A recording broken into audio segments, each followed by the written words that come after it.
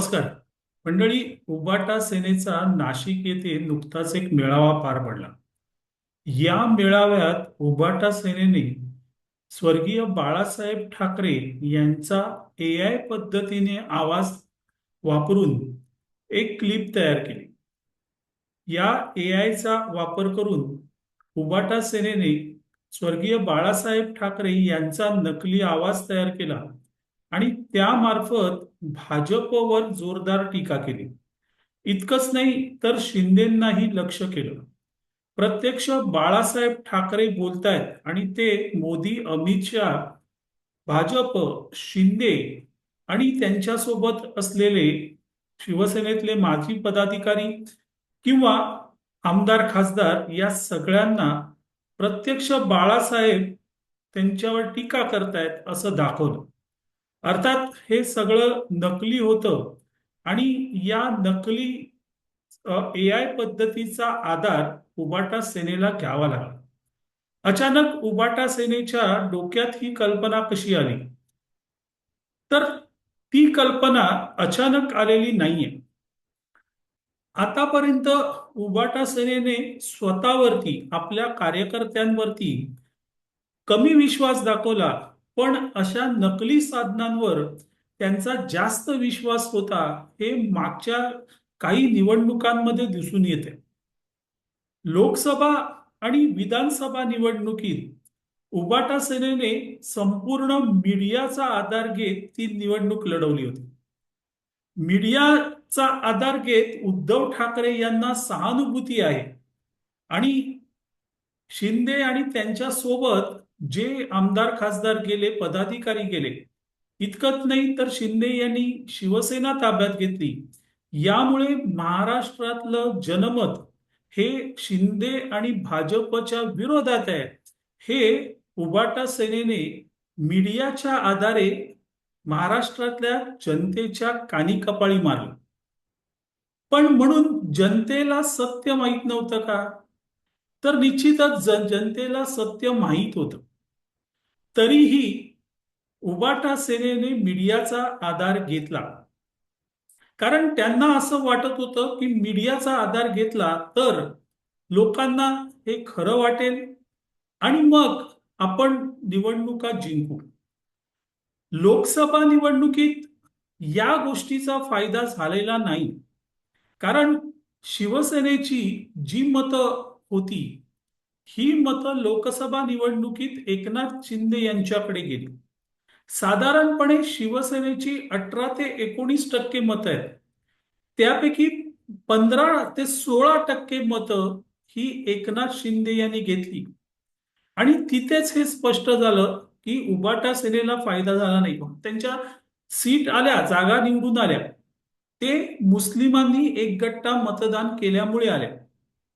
पण शिवसेनेचा जो पारंपरिक मतदार आहे तो मात्र शिंदे यांच्याकडे गेला.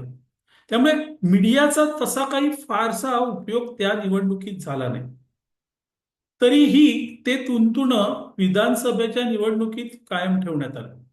ज्या वेळेस राज्यात मवियाचं सरकार होतं आणि उद्धव ठाकरे हे मुख्यमंत्री होते, त्यावेळेस याच मीडियाचा आधार घेऊन बेस्ट सीएम असा किताब उद्धव ठाकरे यांनी स्वतःलाच मिळवून दिला होता. हे सगळं जनतेला कळत होतं. पण उद्धव ठाकरे यांचा भ्रम होता की आपण या मीडियाच्या आधारे निवडणुका जिंकू. त्यांचा हा भ्रमाचा भोपळा विधानसभेत फुटला आणि उद्धव ठाकरे जे पुन्हा मुख्यमंत्री होण्याचं स्वप्न बघत होते, त्यांचे केवळ 20 आमदार निवडून आले. एकनाथ शिंदे आणि भाजपकडे शिवसेनेची मतं गेली, मोठ्या प्रमाणात मतं गेली. शिवसेनेकडे म्हणजे उबाटा सेनेकडे जी मतं होती ती मतं ही मुस्लिमांची होती आणि त्या जीवावर उबाटा सेनेचे 20 आमदार निवडून आले. त्यामुळे मीडियाचा तिथे काही उपयोग झालेला नाही. आता मित्रांनो, उबाटा सेना एआयचा वापर करणार आणि या एआयचा वापर करून महापालिकेच्या निवडणुका लढणार. याचा अर्थ स्पष्ट आहे की अजूनही उद्धव ठाकरे यांना स्वतःवर, आपल्या नेत्यांवर, आपल्या कार्यकर्त्यांवर विश्वास राहिलेला नाही. या नाशिकच्या अधिवेशनामध्ये स्वर्गीय बाळासाहेब ठाकरे यांचा नकली आवाज समोर मांडण्यात आला एआयच्या मदतीने. आणि तो मांडताना निदान आपल्या विरोधात तरी जाणार नाही याचं भानही उद्धव ठाकरे किंवा संबंधितांना नव्हतं. कारण याच क्लिपमध्ये बाळासाहेब म्हणतात की आम्हाला वीर सावरकरांच्या मार्गाने जावं लागेल. इथे खरी गंमत आहे मित्र. वीर सावरकरांचा मार्ग सोडला कोणी? मंडळी, ज्या वेळेस उबाठा सेना ही काँग्रेस सोबत गेली त्याच वेळेस हे निश्चित झालं होतं, आता पूर्वीसारखे सावरकर, स्वातंत्र्यवीर सावरकर हे उबाठा सेनेला पूजनीय नसणार. काँग्रेसचे नेते राहुल गांधी सातत्याने सावरकरांना माफीवीर माफीवीर म्हणत होते, पण त्या विरोधात उबाठा सेनेकडून आवाज उठवला गेला नाही. उबाटा सेनेकडून राहुल गांधी यांना त्यांची जागा दाखवली गेली नाही. आणि इथेच स्पष्ट होतं की उबाठा सेनेने स्वातंत्र्यवीर सावरकरांचा मार्ग सोडलेला आहे. त्याच आपल्या लेखाला स्वर्गीय बाळासाहेब ठाकरे सांगतायत की तुम्हाला आता सावरकरांच्या मार्गानेच जावं लागणार आहे. हे लक्षात घ्या. निदान एआय सारखा प्रयत्न करायचा तर त्यातले मुद्दे आपल्यावरच शेकणार नाहीत एवढा तरी विचार करायला पाहिजे ना. पण तोही या एआयच्या क्लिपमध्ये झालेला नाही. आणि या एआयच्या माध्यमातून जर उद्धव ठाकरे आगामी पालिका निवडणुका जिंकण्याचा विचार करत असतील तर त्यांना कोणीतरी सल्ला देणं आवश्यक आहे. जसं मीडिया तुम्हाला जिंकून देऊ शकत नाही तसं एआय ही तुम्हाला जिंकून देऊ शकत नाही.